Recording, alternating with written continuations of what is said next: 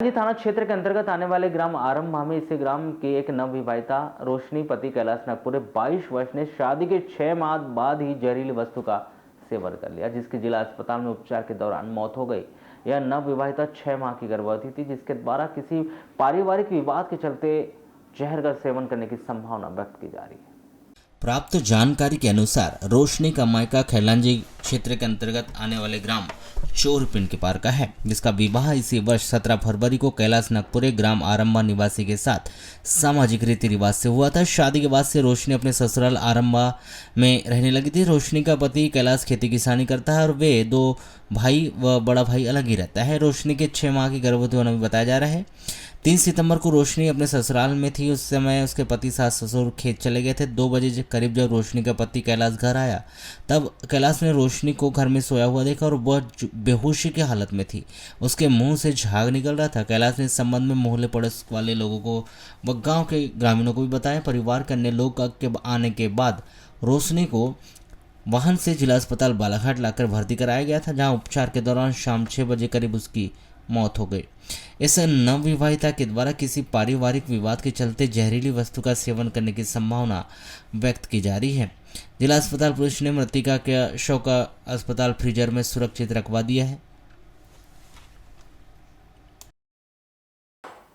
रविवार का दिन जिले वासियों के लिए काफी खास दिन रहा, जहां करीब एक पखवाड़े के बाद जिले भर में झमाझम बारिश देखने को मिली। भीषण गर्मी के बीच शुरू हुई इस बारिश ने जहां एक और किसानों के माथे पर चिंता की लकीरें हटा दी, तो वहीं इसी बारिश ने किसानों की फसलों पर बड़ी राहत देने का भी काम किया है। जहां रविवार को हुई इस बारिश ने न केवल किसानों को खुश कर दिया, बल्कि जिले वासियों को उमस भरी चिपचिपी गर्मी से भी भारी राहत पहुंचाई। आपको बता दें कि पिछले एक पखवाड़े से जिले भर में झुलसा देने वाली गर्मी पड़ रही थी। जहां रविवार को हुई तेज वर्षा ने लोगों को राहत दी, वहीं इस बारिश ने किसानों की फसलों को भी संजीवनी देने का काम किया है। दोपहर लगभग 12 बजे तक तीखी धूप से लोग परेशान थे, लेकिन अचानक मौसम बदल गया। आसमान में काले बादल छाने के बाद ही दोपहर में 2 बजे तेज आंधी तूफान के साथ झमाझम बारिश का दौर शुरू हो गया, जिससे मौसम खुशनुमा हो गया। आपको बता दें कि जिले भर में वर्षा नहीं होने से न सिर्फ आम लोग बल्कि किसान भी अपनी फसलों को लेकर चिंतित नजर आ रहे थे।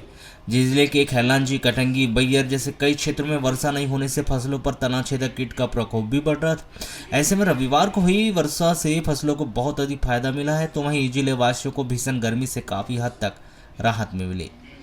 रविवार की दोपहर आंधी तूफान के साथ हुई झमाझम बारिश के बीच जिले के कई स्थानों में पेड़ धराशायी होने की भी जानकारी आ रही है। बताया जा रहा है कि इस बारिश के बीच गांगुलपारा के बैयर मार्ग के बीच सड़क किनारे लगे छोटे बड़े कुछ पेड़ धराशायी हो गए, तो वहीं बालाघाट से गोंदिया मार्ग पर स्थित ग्राम कोसमी के एक पेड़ मुख्य मार्ग पर धराशायी हो गए, जिसके चलते कुछ देर के लिए वहां आवागमन भी बाधित रहा।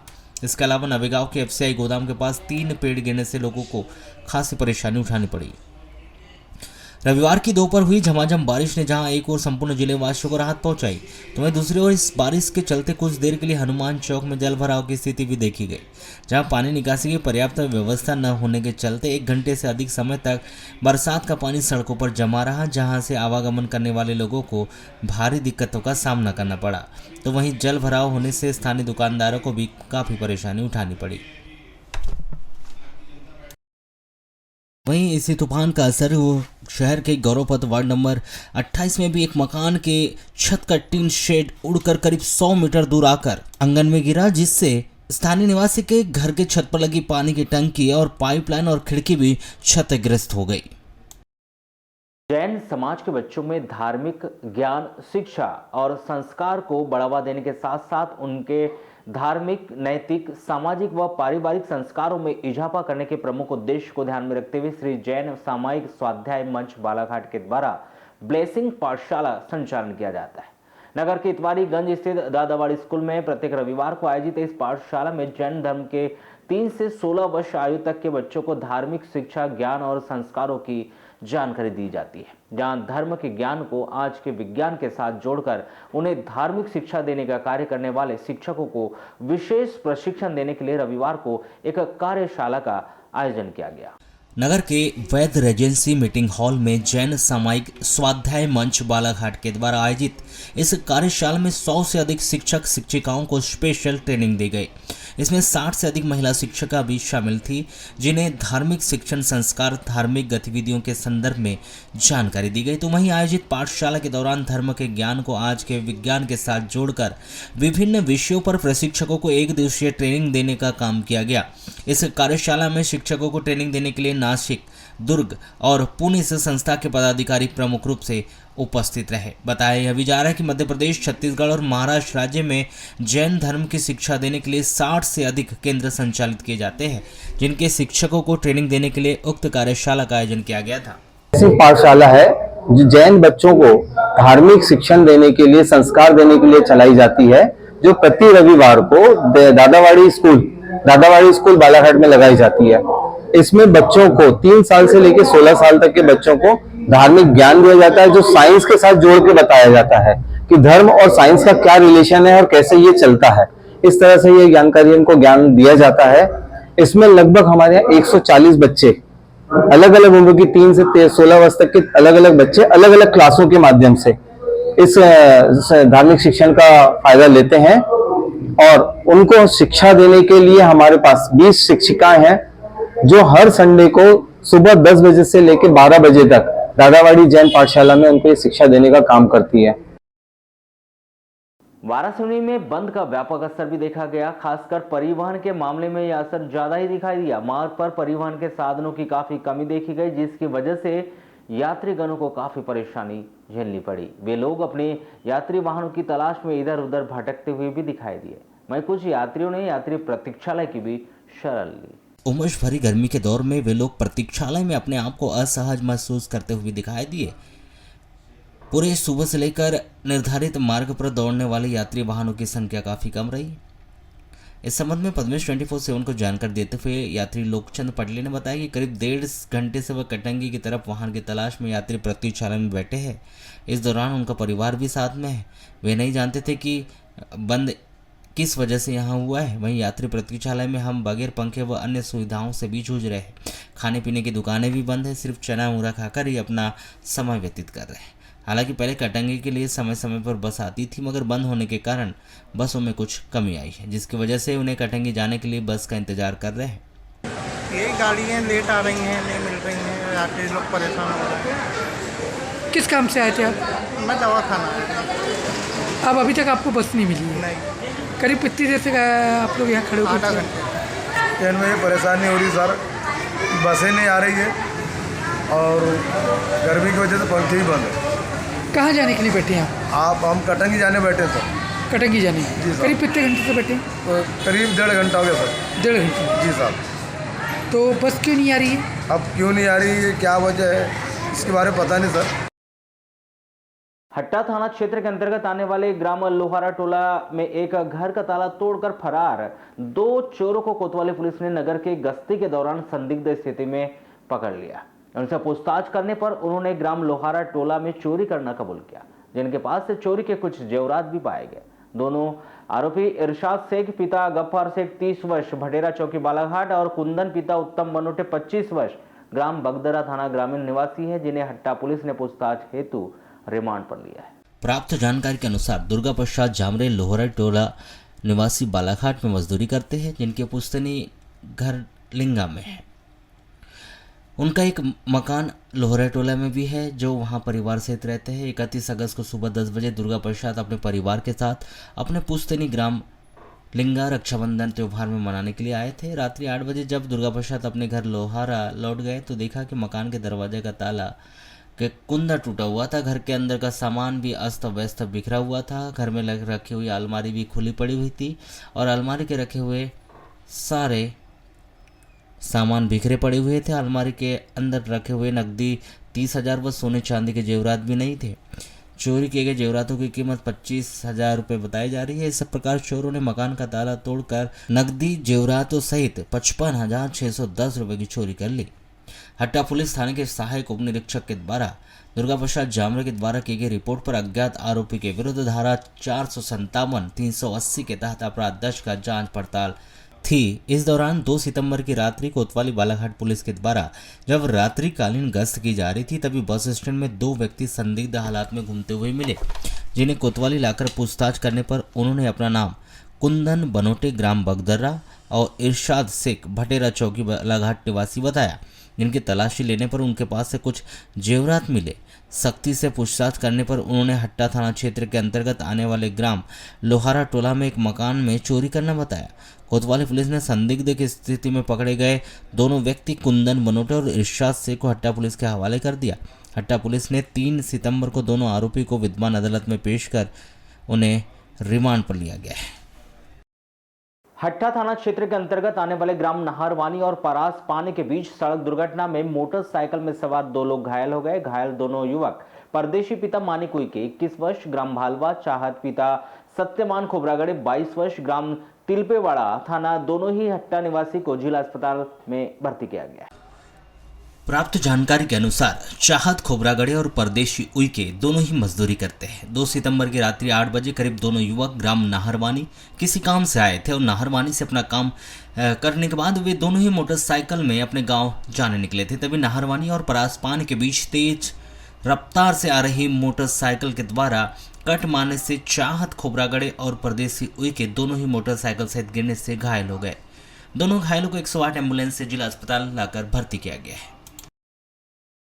रोड ग्राम धनसुआ के पास मोटरसाइकिल पेड़ से टकराने से मोटरसाइकिल में सवार 2 युवक घायल हो गए। घायल दोनों युवक लखन पिता किशोर दुधभुरे 22 वर्ष और छवि मेश्राम कन्हैयालाल मेश्राम 20 वर्ष दोनों ही डिमटोला बुड़ी बालाघाट निवासी है, जिन्हें जिला अस्पताल बालाघाट में भर्ती किया गया, जहां से गंभीर रूप से घायल युवक छवि मेश्राम को मेडिकल कॉलेज रेफर कर दिया गया।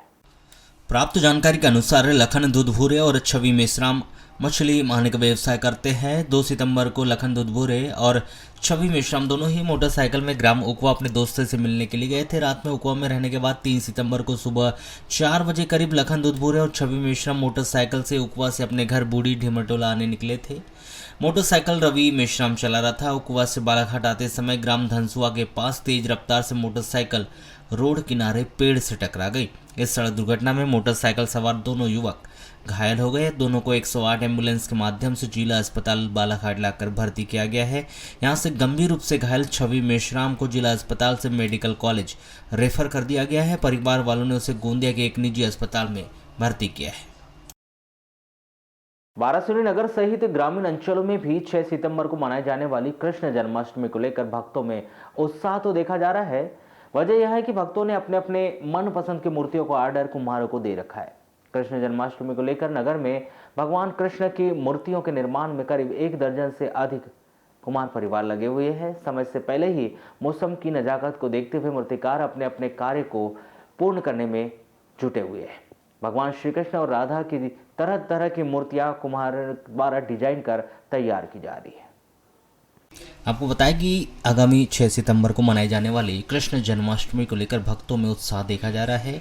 वजह यह भी है कि भक्तों ने अपने अपने हिसाब से ही मूर्तियों को ऑर्डर कुम्हारों को दे रखा है। वहीं कुम्हार भगवान कृष्ण के भक्तों की पसंद का ध्यान रखते हुए कार्य भी कर रहे हैं। तो वहीं कुम्हारों के द्वारा एक से बढ़कर एक मूर्तियों का निर्माण भी किया जा रहा है। बैठ राम किशोर सनी चेरे और शैलेश नेवारे। कुमारी मोल्ला वाराणसी महोदय, जैसे आपने कृष्ण जी की मूर्तियाँ करीब कितनी बनाई हैं? ये करीब 150 से 200 मूर्तियाँ बनाए हैं, प्रतिमाएँ श्री कृष्ण की। ये कब विराजमान होंगे? ये होगी 6 तारीख को। तो इनका बिक्री कब से चालू हो जाएगी? ये सर कल से चालू हो जाएगी बिक्री। यानी 4 तारीख से? जी हाँ सर, जी हाँ। तो ये जो घर पे स्थापित करते हैं वो भर ऑर्डर के हैं, बाकी फिर मार्केट में ले जाके बेचे जाते हैं। बस वही है कि जो पैसा मिलना चाहिए, रेट मिलना चाहिए, वो नहीं मिल पाता क्योंकि कलर पेंट बहुत महंगा हो गया, लेकिन उसके हिसाब से पैसा नहीं मिल पाता है, कुछ पुसाता ही नहीं है। क्यों कर रहे हैं फिर ये धंधा? लेकिन अब क्या कर रहे हैं, पुश्ते नहीं धंधा है, ये तो करना ही पड़ेगा।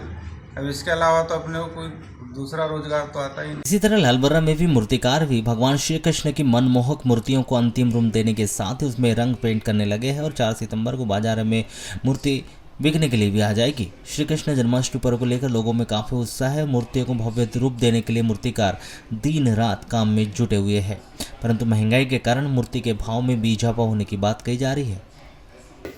करीब 4 दिन बचे हैं 4 दिन में पेंटिंग करके मार्केट में लेके जाना है। जी, तो मतलब क्या मट्टी वट्टी आपको उपलब्ध है? मिट्टी उपलब्ध नहीं है लालबर्रे में, तो क्योंकि आजू बाजू के कहीं गांव देहातों में जैसे खुदती है तो वहाँ से बुलाना पड़ता है।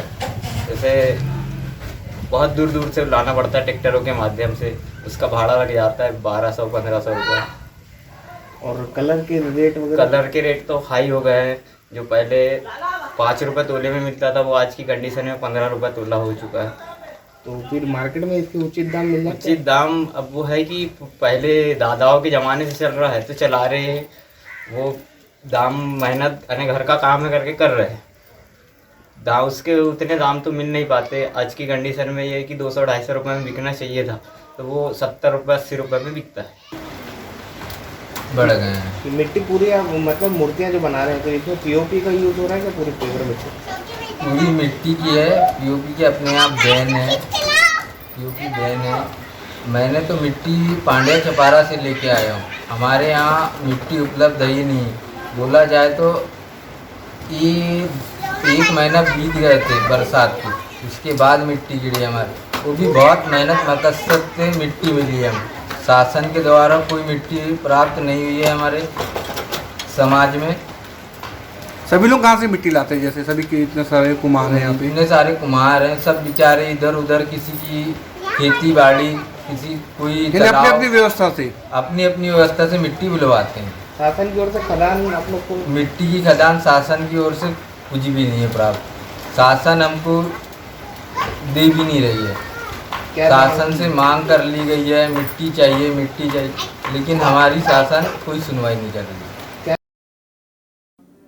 वाराणसी में प्रदर्शनी स्थल पर नगर के एक व्यापारी परिवार के साथ हुई अभद्रता व शहर में लगातार बढ़ते अपराध के विरोध में व्यापारी वर्ग व सर्व समाज वाराणसी के द्वारा किया गया बंद का व्यापक असर नगर में देखने को मिला, जहां आपातकाल व अति आवश्यक सेवाएं जैसे petrol pump, hospitals, school, college, medical दुकान को छोड़कर सभी प्रतिष्ठान व कार्यालय बंद रहे, जिसमें वाराणसी चारों खुर बंद रहा। इस बंद को लेकर रविवार को सुबह से पूरे नगर में पुलिस की कड़ी सुरक्षा व्यवस्था भी नजर आई। इस दौरान लोग सड़क पर उतरे, जिन्होंने एक व्यापारी परिवार के साथ हुई अभद्रता व लगातार बढ़ते अपराध में सम्मिलित अपराधियों की गिरफ्तारी करने की मांग की, जिसके बाद नगर के जयस्तंभ चौक पर जनसभा को संबोधित कर नायब तहसीलदार को ज्ञापन सौंपा गया। इस दौरान पूरे दिन नगर व नगर से लगे ग्रामीण क्षेत्रों में भी बंद का असर साफ देखा गया। इस दौरान लोग भी रोड पर उतरे, जिन्होंने एक व्यापारी परिवार के साथ हुई अभद्रता व लगातार बढ़ते अपराध में सम्मिलित अपराधियों को गिरफ्तार करने की मांग की गई, जिसके बाद नगर के जयस्तंभ चौक पर जनसभा को संबोधित कर नायब तहसीलदार को ज्ञापन सौंपा गया। इस दौरान पूरे दिन नगर व नगर से लगे ग्रामीण कुछ क्षेत्रों में बंद का असर साफ देखा गया और सन्नाटा पसरा रहा। व्यापारी परिवार व सर्व समाज के सदस्यों के द्वारा नगर में बंद की स्थिति का निरीक्षण करने और लोगों से सहयोग मांगने के लिए बाइक रैली निकाली गई, जिसने नगर के विभिन्न चौक चौराहे, गली मोहल्ले का भ्रमण कर वापस जयस्तंभ चौक पहुंची, जहां पर बाइक रैली का समापन किया गया। आपको बता दें कि वाराणसी बंद के दौरान दोपहर में बड़ी संख्या में व्यापारी, सर्व समाज व जनप्रतिनिधियों के द्वारा रैली निकालकर नगर का भ्रमण किया जा रहा था। इस दौरान बालाघाट रोड स्थित बैगम मोहल्ले के सामने उक्त बाइक रैली पर अज्ञात तत्वों के द्वारा पथराव कर दिया गया। इसमें पूर्व नगर पालिका अध्यक्ष धवल मॉडल व अन्य लोगों के नजदीक से पत्थर निकले, जिससे उन्हें भाग्य की बात यह रही कि इसमें कोई भी व्यक्ति घायल नहीं हुआ, जिसकी जानकारी मौके से तत्काल पुलिस को दी गई। वह अज्ञात व्यक्तियों के द्वारा उनकी रैली पर पथराव किया गया। वहीं अमन पटेल के निजी स्कूल पर भी पथराव कर संपत्ति को क्षतिग्रस्त किया गया है। वाराणसी नगर बंद रहेगा। सम्मान्य व्यापारी साथियों, नगर में विगत कुछ दिनों से लगातार हो रही असामाजिक गतिविधियों जैसे चोरी, नशाखोरी, छेड़खानी के विरोध में आज दिनांक 3/9/2023 दिन रविवार को वाराणसी में बंद का। यदि किसी के साथ ऐसी घटना हुई तो उसको न्याय मिले। अच्छा, अंडर करेंट में क्या है कि हम लोग और क्या क्या कार्रवाई, क्या क्या चीज़ें प्लान कर रहे हैं, वो हर चीज़ बड़े उस पर आके स्टेज पे आके नहीं बताना संभव नहीं होता। तो आप हमारे साथ चलिए, हम आपको बता। बाइक रैली ने नगर के विभिन्न चौक चौराहों का भ्रमण किया। इस दौरान रैली पर बालाघाट रोड पर कुछ लोगों के द्वारा पथराव की जानकारी पुलिस प्रशासन को दे दी गई, परंतु इस पर संतोषजनक कार्रवाई न होने पर सभी लोग 4 बजे थाने में उक्त विषय पर जानकारी देने गए, जहां पर थाना प्रभारी के व्यवहार पर असंतोष जाहिर करते हुए थाने के सामने धरना प्रदर्शन करते हुए रोड पर आकर बैठ गए। इस दौरान पूर्व विधायक डॉक्टर योगेंद्र निर्मल भी इस संबंध में मौका पर जानकारी लेने पहुंचे और वहां भी जमीन पर बैठ गए। इसके बाद एसडीओपी अभिषेक चौधरी के द्वारा मौके पर विस्तृत चर्चा के लिए थाने में आमंत्रित किया गया, जहां करीब आधा घंटे तक धरना प्रदर्शन चला, जिसके बाद थाने में चर्चा के लिए सभी तैयार हुए। इसके बाद रोड का आवागमन बहाल हुआ।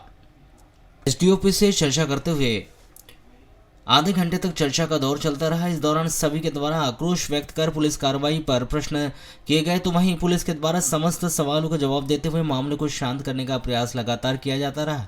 इसमें पूर्व विधायक व पूर्व नगरपालिका अध्यक्ष ने पुलिस विभाग को फटकार लगाई, तो वहीं विधायक जायसवाल ने पुलिस से जवाब तलब किया कि उन्हें जानकारी है कि वर्तमान में शहर का माहौल क्या है, और यदि शहर का माहौल पता है तो फिर कैसे अपराधियों को जमानत दे दी गई। यदि इस प्रकार से ही शहर चलाना है तो लॉ एंड ऑर्डर का क्या होगा। पथराव की बात ये साले अगर अंदर रहते तो बाकी लोगों को डरा के स्कूल में सरेआम पत्थर मार रहे हैं उसे। उसको तो तहसीलदार ने जमानत दिया कि चाचा के सर पे पत्थर लगते लगते बच गए। अच्छा, कल को चक्कू मारे। इतना तो अकल होना चाहिए, उनको शहर का माहौल देख के आप लोग जमानत दे रहा है, किसको छोड़ना किसको नहीं छोड़ना, तब अकल होगा ना। इस दौरान व्यापारी को सर्व समाज के द्वारा बैगा मोहल्ले में अवैध शराब निर्माण, विक्रय, बगीचे में अभद्रता, अन्य मादक पदार्थों का विक्रय व मुख्य रूप से रैली पर पत्थरबाजी को लेकर पुलिस प्रशासन का ध्यान आकर्षण करवाया। इसमें एसडीओपी अभिषेक चौधरी के द्वारा सभी को अपनी बात समझाते हुए मामले में 7 दिन के भीतर कंप्लीट एक्शन लेकर कार्रवाई करने की बात कहते हुए आश्वासन दिया गया। वहीं जयस्तंभ चौक पर जनसभा का आयोजन किया गया। यह जनसभा सर्व समाज व व्यापारी, जिसमें सभी ने बैगा मोहल्ले के बढ़ते हुए आतंक व नगर में बढ़ रहे अपराधों का विरोध करते हुए प्रशासनिक कार्रवाई पर प्रश्न चिन्ह खड़ा करते हुए कहा कि जिस प्रकार से नगर में प्रशासनिक अधिकारियों के द्वारा कार्य किया जा रहा है, ऐसे में अपराधियों के हौसले बुलंद होते नजर आ रहे हैं। मैं देखा जाए तो बैगा मोहल्ले से हर कोई परेशान है और यह पहली बार नहीं है। इतनी बड़ी घटना पर पुलिस के द्वारा कार्रवाई की गई, यह केवल खाना पूर्ति साबित हो रही है, सहित अन्य प्रकार की भी बातें कहते हुए पुलिस प्रशासन पर प्रश्न चिन्ह लगाया गया। तो वहीं जनसभा के समापन के पश्चात जनसभा स्थल पर नायब तहसीलदार को व्यापारी, सर्व समाज व उपस्थित जनप्रतिनिधियों के द्वारा ज्ञापन सौंपकर वाराणसी शहर में हो रही बढ़ते जा रही गुंडागर्दी और आवारापन पर कार्रवाई करने की भी मांग की गई। यहाँ तक कि बैगा जो कुछ में रहते हैं लोग या सुविधा ताकि पीछे रहते हैं, बैगा से वहाँ पुलिस जाने में डरती है, ये दिक्कत है। चूँकि सब कारण है जिसके कारण मामला बढ़ता है। कल चूँकि ये भी बताया जाता है नगर वासियों के द्वारा कि जो गांधी बाल उद्यान को अपने भव्यता रूप प्रदान किया है, वहाँ भी असामाजिक तत्वों का जमावड़ा रहता है। ऐसी स्थिति में जो महिलाएं हैं वहाँ नहीं पहुँच पाती, क्या मानती की व्यवस्था कैसी? जैसे बच्चों की बात करें या हमारा गार्डन है जहाँ महिलाएँ बच्चे हमने व्यवस्था की है, वहाँ का माहौल भी लोग कहीं ना कहीं खराब करते हैं। और पुलिस प्रशासन इसमें निकम्मा साबित होता है या तो प्रशासन भी करता है तो हाथ लगाने से या जाने से, तो कुल मिला के पुलिस की नाकामी हो रही है। ठीक है ना, नगर वन ठीक है, आने वाले भविष्य में और इस तरीके की हरकत ना हो। देखो, गरीब की बेटी है या अमीर की बेटी है, ठीक है ना, बेटी तो सब भारत माता की है, ठीक है कि नहीं, और हमारी बेटी हैं, हम उनके पेरेंट्स हैं, पालक हैं, तो हमारी बच्चियों के साथ या हमारी महिलाओं के साथ कोई इस तरीके की घटना ना हो, छेड़छाड़ ना हो, इसके लिए जो आक्रोश व्यापारियों ने व्यक्त किया है वो सराहनीय है। और हमारा कहना ये है कि ऐसे जो मन चले लोग हैं उनको एक अलसेट है ये, ठीक है कि नहीं? सेट है मानते, अलसेट है ये। किसके आदमी मानते हैं? हाँ, किसके आदमी है जो मन चले सेट मान रहे तो किसके? जो मन चले हैं, देखो मन चले किसी के आदमी नहीं होते, हाँ, ठीक है ना। और अगर कोई उनका आदमी बन जाता है तो दुखदाई विषय है। वो क्या है दुखदाई विषय। अगर मैं किसी का आदमी बन जाऊं ऐसे गलत व्यक्ति का, तो वो ठीक रहेगा क्या? नहीं, वो समाज के लिए भी ठीक नहीं है, देश हित में ठीक नहीं है, राष्ट्र हित में ठीक नहीं है, हमारे समाज के लिए ठीक नहीं है।